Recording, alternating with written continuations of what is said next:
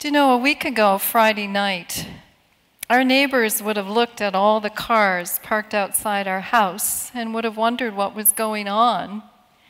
Anybody brave enough to come close to hear the happy buzz and the laughter would have wished that they were right in the midst of it, because I know that I was glad that I was.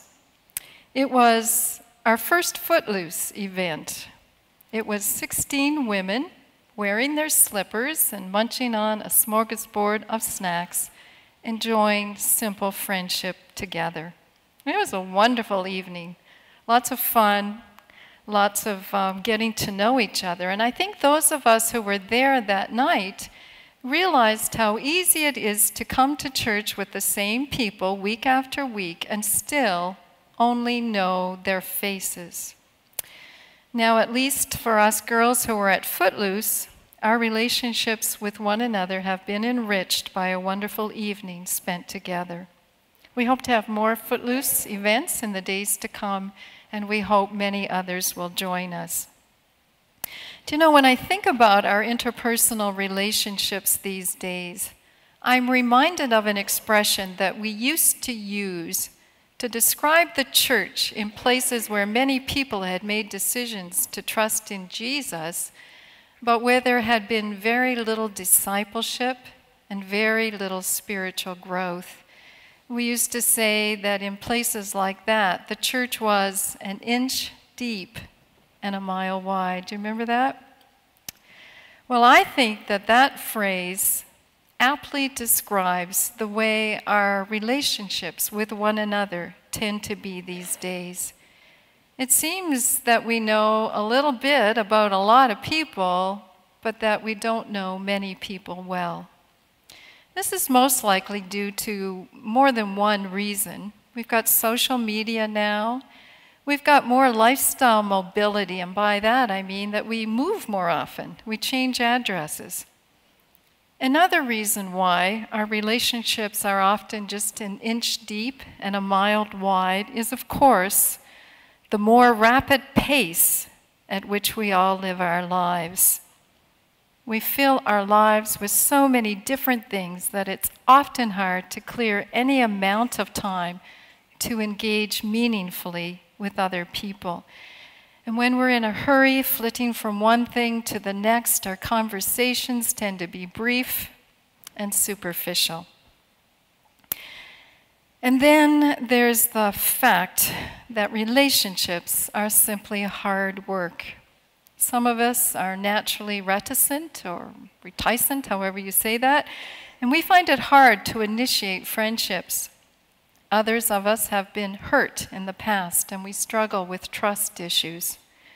Add to that the fact that we're all imperfect people who tend to hurt and be hurt by one another, and we can see lots of reasons why it is becoming increasingly difficult to have deep friendships. The kind of friendships in which we are known well but loved anyway. The kind of friendships in which we find not only acceptance, but help and encouragement to grow and to flourish and to become the best that we can be. When the church is being the church, these kinds of friendships abound. When the church is being the church, there's an uncommon and remarkable togetherness that characterizes relationships between its members. We can see this phenomenal togetherness in the scripture that Delbert read for us, Acts 2:42-47. I think this passage of scripture has got to be the most complete picture that we have of the church at its best.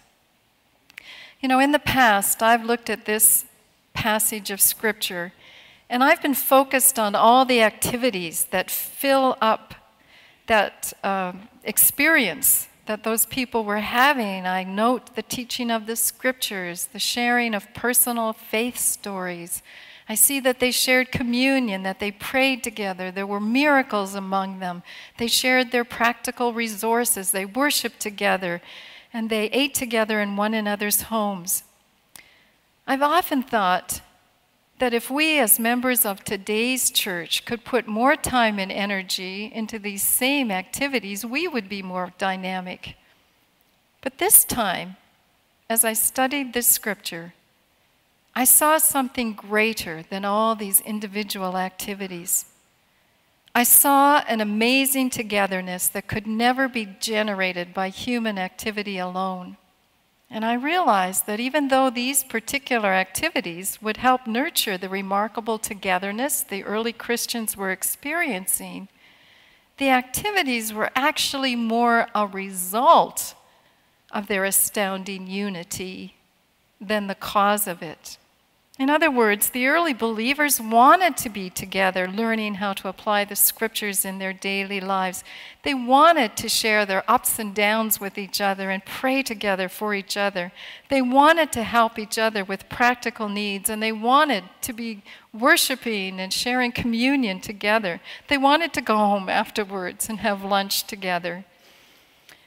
Communion was really special to them because it not only reminded them of Jesus, but as they broke that one loaf into many pieces, it was a reminder that they were one body made up of many members.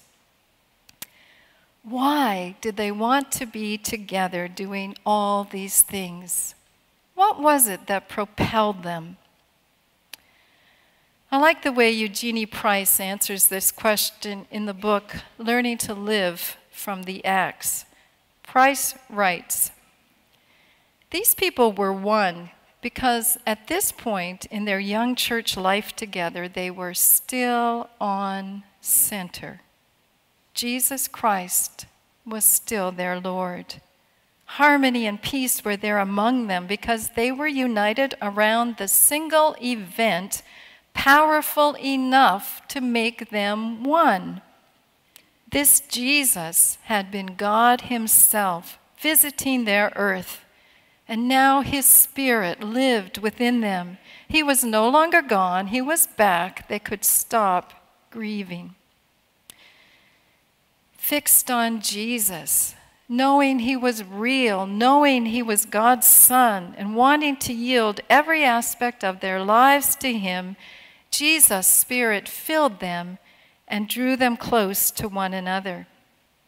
You know, we often illustrate this principle with an isosceles triangle when we're doing premarital counseling. I hope it's an isosceles triangle. I don't remember my geometry too well.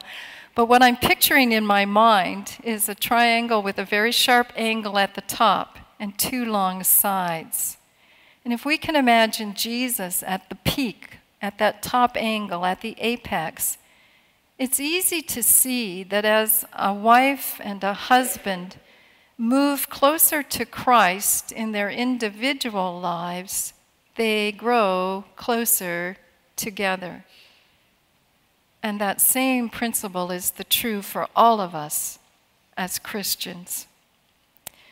It's tempting to think that we might be excused from the kind of devotion and unity the first Christians experienced because, after all, we haven't seen Jesus in the flesh the way they did. His miraculous resurrection from the dead happened in their lifetime, not ours. We are, after all, many years removed from his physical presence on the earth. But we can't be excused. We still have the eyewitnesses' accounts of Jesus' birth, his teaching, his miracle, his death, his ascension, his resurrection, his ascension into heaven, and his promise to come again. All of these eyewitness accounts right here in our Bibles. Moreover, his Spirit continues to live in all who love him. The power of Christ's Spirit, first given to the believers at Pentecost, has not been diminished by the passing of time. The power of God's Spirit within us is only ever diminished by our own lack of devotion and obedience to him. You will see when you read through the book of Ephesians this week that Paul gives many examples of things we can do to nurture the fullness of the Holy Spirit in our lives, and many examples of things that, if we do them, will grieve or diminish the Holy Spirit within us. Furthermore, Jesus has already addressed the fact that many of the first Christians knew him face to face while we do not. In John 20:29, Jesus says to Thomas, "Because you have seen me, you have believed. Blessed are those who have not seen me and yet have believed." We need a close relationship with Christ in order to be close to one another, but we also need close relationships with one another to grow closer to Christ. God designed us to be in relationships, and he uses relationships to help us grow spiritually. John Wesley was so convinced of this that he started a whole church denomination around it. Believing that Christians need to be sharing their personal walk with Christ with one another, he used a particular method to nurture spiritual growth. And his method was this: every person in his church would meet with a class leader and 12 other people once a week to share their spiritual experiences with one another. Well, that denomination came to be known as Methodism, the Methodists. And it was the very method that John Wesley encouraged to nurture spiritual growth that is captured in the name of that church. I recently read that Richard Foster, the well-known author and teacher of the spiritual disciplines, was deeply troubled after his book, The Celebration of Disciplines, was published. What troubled Foster was the way people were going off by themselves to practice the disciplines, instead of meeting together to share the lessons that God was teaching them and to encourage one another and to hold one another accountable. Richard Foster and John Wesley had grasped the same thing from their study of the scriptures. Practicing the spiritual disciplines of personal Bible reading, meditation, and prayer will help us grow closer to Christ. But effective spiritual growth happens in community. As Proverbs 27:17 says, "As iron sharpens iron, so one man sharpens another." We've already acknowledged that because we're all imperfect people, relationships are hard work. The truth is, relationships are so hard, we cannot manage them well without the power of God in our lives. Others hurt us, or they fail to live up to our expectations. Someone expresses an opinion that differs from ours, and instead of agreeing to disagree, we take it personally and we back away. We end up judging one another, mistrusting one another, and looking at each other with disdain. Instead of staying focused on Christ and moving up the sides of the triangle, we end up sliding down the sides of the triangle further from Christ and distanced from one another. You know, relationships can be such hard work that some Christians think that it's simply easier to go it alone. They may attend church but remain isolated, or they may give up on church altogether. I came across this little story in Criswell's commentary on Acts, and I thought I'd read it for us this morning. The story goes that a group of men were talking together, and one of them asked the minister in the group, "Preacher, do you have to go to church in order to get to heaven?" And the preacher replied, "No." Well, the man really liked that answer, so he patted the preacher on the back because of his broad-mindedness and congratulated him for a good answer. And then the preacher turned to the man and he said, "Sir, may I ask you a question, and will you agree to answer it quickly?" And the man said, "Yes." The preacher said, "Why would you want to go to heaven that way?" Why would a man want to go to heaven when he does not like to associate himself with the people of God in this world? We must remember that in heaven we will be with each other and with our Lord.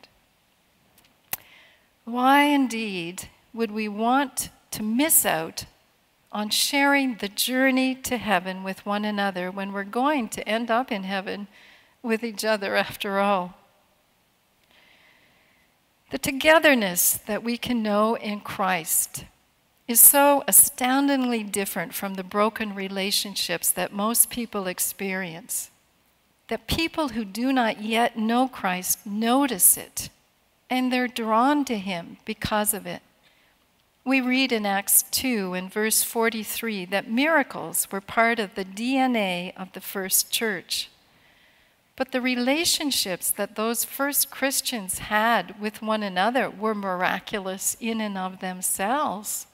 First, their individual lives were miraculously transformed, and then their relationships were transformed. These transformed relationships were what everyone else longed for. And so, as it says in Acts 2:47, the Lord added to the number of Christians daily those who were being saved. It reminds me of Jesus' words in John 13:35. A new command I give you, love one another. As I have loved you, so you must love one another. By this all men will know that you are my disciples, if you love one another. The kind of relationships that Jesus wants us to have with one another will be noteworthy and irresistible. And they will demonstrate the one another principles of the Scriptures. Jesus wants us to genuinely love one another by accepting one another, forgiving one another, honoring one another, submitting to one another, being patient with one another, being kind to one another, comforting one another, offering hospitality to one another, encouraging one another, admonishing one another, confessing our faults to one another, and stirring one another on to love and good works. And that's not even the complete list. They would make a wonderful sermon series in and of themselves. And some of you will remember that several years ago, Gene Getz wrote a book on just these one another principles, and he devoted a whole chapter to each of them.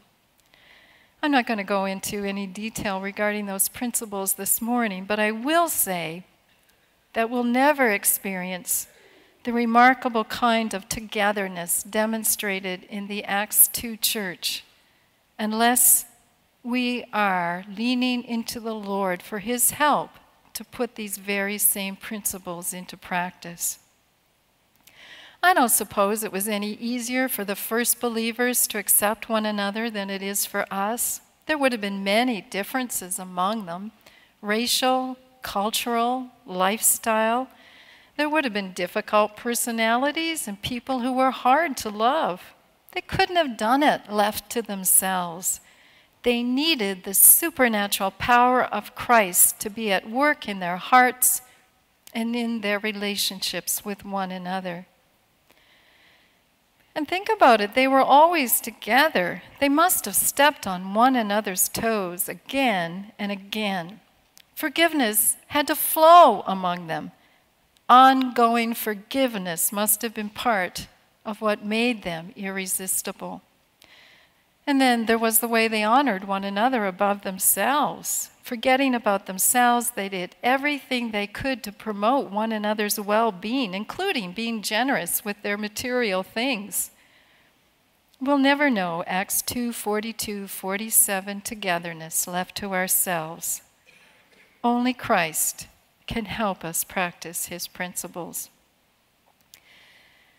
Do you know, as I thought about what each of us can be doing to pursue the kind of togetherness the Christians had in Acts chapter 2:42-47, I remembered an experience that Gordon and I had many years ago when Gordon was pastoring the church in Truro. Gord and I began to pray that God would give us some like-minded people who would be willing to meet with us on a regular basis to pursue God together.